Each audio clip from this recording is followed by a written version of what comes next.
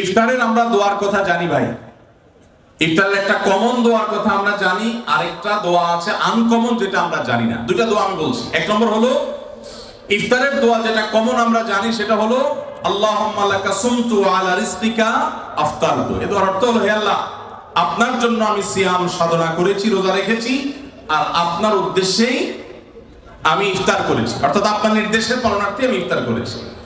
এই যে আল্লাহুম্মা লাকা সুমতু আলা রিজকিকা আফতারতু, এটা ইফতারের একটা দোয়া। আরেকটা দোয়া হলো যাহাবা যামা ওয়াবতাল্লাতিল উরুক ওয়া সাবাতাল আজরু ইনশাআল্লাহ। অনেকে এটা জানেন মাশাআল্লাহ। যাহাবা যামা মানে আমার পিপাসা দূর হয়ে গেছে, ওয়াবতাল্লাতিল উরুক আমার শিরা উপশিরাগুলো সব সিক্ত হয়ে গেছে, ওয়া সাবাতাল আজরু ইনশাআল্লাহ এবং আল্লাহ চাহেন তো এই রোজার বিনিময় আমার জন্য অবধারিত হয়ে গেছে।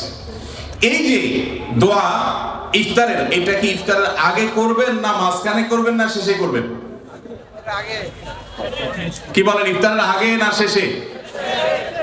যারা যারা আগের পক্ষে তারা হাত তোলেন, মাশাআল্লাহ। বলো ভাইরা আমার, এই দোয়া ইফতারের পরে করবেন, আগে না। অনেকেই এই ভুলটা জানেন। অনেকে মনে করেন যে ইফতারের শব্দের অর্থের দিকে খেয়াল করলে তো দেখতে পারেন পিপাসা দূর হয়ে গেছে, শিরা উপশিরা সিক্ত হয়ে গেছে, এটা কি ইফতারের আগে হয় না পরে হয়? তাহলে আল্লাহুম্মা লাকা সুমতু আলা রিজকিকা আফতারতু, আল্লাহ তোমার জন্য রোজা রাখলাম, তোমার রিজিক দিয়ে ইফতার করলাম, এটা কি আগে না পরে? পরে।